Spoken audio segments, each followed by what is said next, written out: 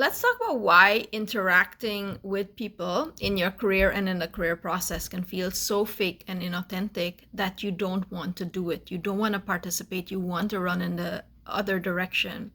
So many people tell me that when it comes to interviewing, when it comes to networking, when it comes to having a conversation with a boss about a promotion or moving to another area in the organization, that they feel a lot of resistance and they don't want to do it, right?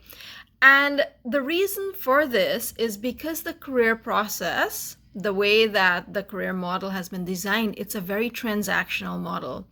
And a lot of times what we're doing is that we're being very performative to get someone to like us, right?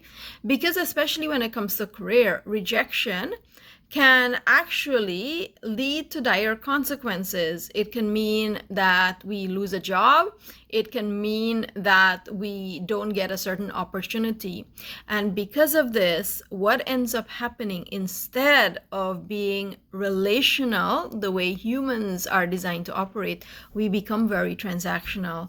We objectify other people and other people are objectifying us, where we see them as a means to an end and they see us as a means to an end, right?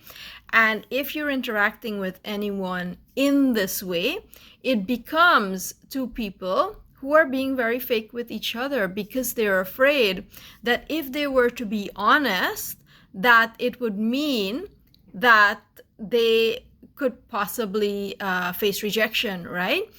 And because of this, we are not allowing ourselves to be fully human. And this is what leads to that resistance. This is what leads to us not showing up fully. This is what leads to fear of expressing ourselves, right? But once you can start to see that there's a human behind the interviewer, there's a human behind that person that you're talking to at a networking event, there's a human behind that boss, and start to see them in that way, right? It can make this more relational.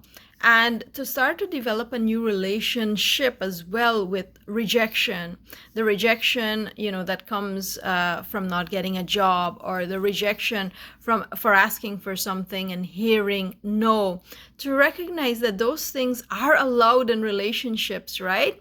To allowing space for that, and to give people permission as well to say no, to give them permission to be human, not just this professional figure that you're seeing them as.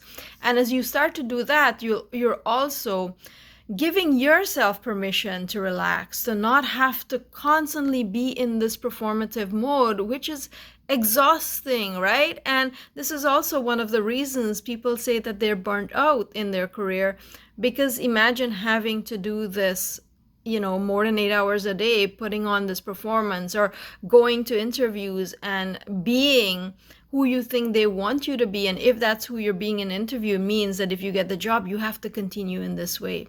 So the reason for this is because that process itself is so dehumanizing, right? Where it's reducing humans to objects, to be consumed by other people, when that's not how we were designed to operate.